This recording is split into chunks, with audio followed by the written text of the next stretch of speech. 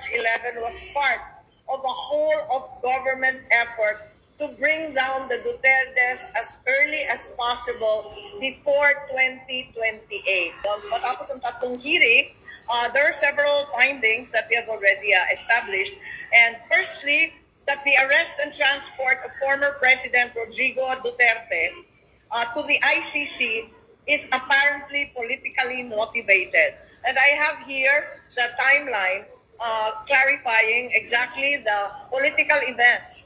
Shortly after, for example, when the former president started criticizing the constitutional change or the People's Initiative, the government responded by saying that the Philippines was an open country and could only stop the ICC if it did something illegal. A clear pattern begins to arise where major political incidents precede significant statements and actions of the administration cooperating with the ICC. After the former president attended that Quadcom hearing, the administration responded with a statement of the executive secretary saying that local authorities would consider cooperating with the Interpol. After that, when the pro-administration congressmen were told to tone down, to impeach because of the massive peace rally of the Iglesia ni Cristo, the administration responded by concocting Oblan Tugis, or Operation Pursuit, followed by the statement of the Secretary of Justice that the Marcos administration is open to sitting down with the ICC to discuss areas of cooperation. So it's apparent that the final arrest of the former president on March 11 was part of a whole of government effort to bring down the Dutertes as early as possible before 2028. So, maliwanag to, no? Sa yan, umpisa, maliwanag, constitutional change or the People's Initiative. Thereafter, the Committee on Human Rights and the Quadcom. And thereafter, the ICC started arriving as of October. The foreign investigators, lawyers, etc. Started to work on obtaining a warrant of arrest.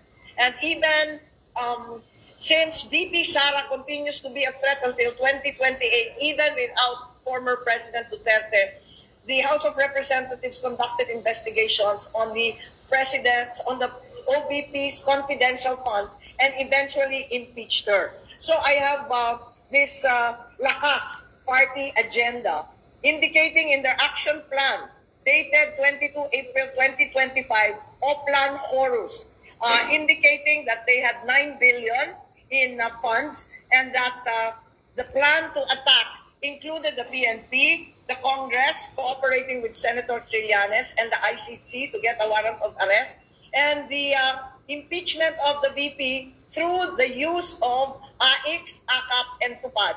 So I have a copy of this action plan. It's very clear. So firstly, there appears to be some political motive. Secondly, there's a cover-up, a coordinated cover-up of the details and motives behind the arrest. At the first hearing in the Senate, the Secretary of Department of Interior and Local Government invoked executive privilege when questioned about the group effort.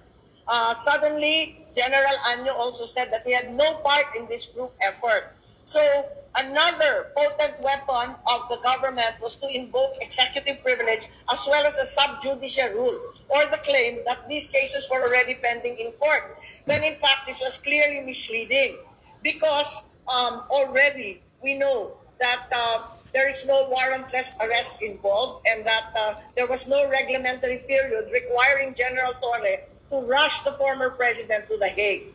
The other clear indicia of the cover-up was the blanket use and claim of executive privilege at the second hearing, where not a single one of the executive officials turned up. At the third hearing, we also know that there was an attempt to cover up in that the detained Ambassador Lacanila, who was cited in contempt, was quickly released.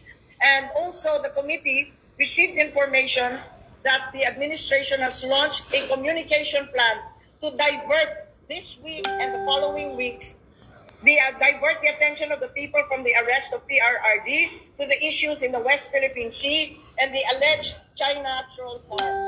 Perhaps not expecting the political backfire, there is now an effort to suppress news and information. Thirdly, if we are saying that there appears to be political motivation, there appears to be a concerted cover-up, Thirdly, there are possible criminal and administrative liabilities. Hence, we are inclined to recommend to the Ombudsman the investigation of the DOJ for the violation of anti-graft and corrupt practices, for sanctioning an invalid administrative arrest against the President in contravention of the Yuan Wenle Supreme Court case in 2023, usurpation of judicial functions, grave misconduct, and conduct prejudicial to the best interest of public service. Also, against General Marbil, Chief PNP, possibly liable for arbitrary detention, violation of anti-graft, grave misconduct. Also, under DILG, arbitrary detention, similarly anti-graft, grave misconduct. General Nicolas Torre III, arbitrary detention, 2 counts. First, under former President PRRD, the other against former Executive Secretary Medialdea.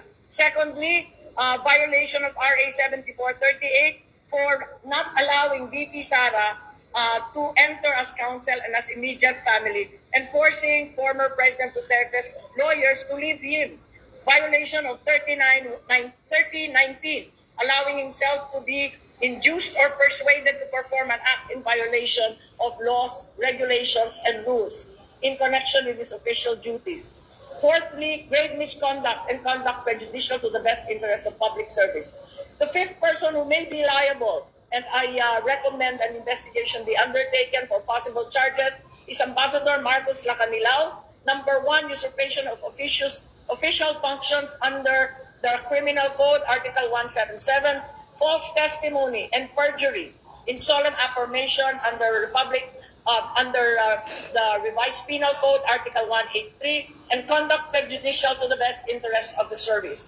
I will provide this memo, which is the draft for the Tuesday further report, and I will also leave the timeline where it is very clear that political events seem to have initiated the legal and other illegal actions that were undertaken. So I will leave this with you, and on Tuesday we'll give a more thorough explanation.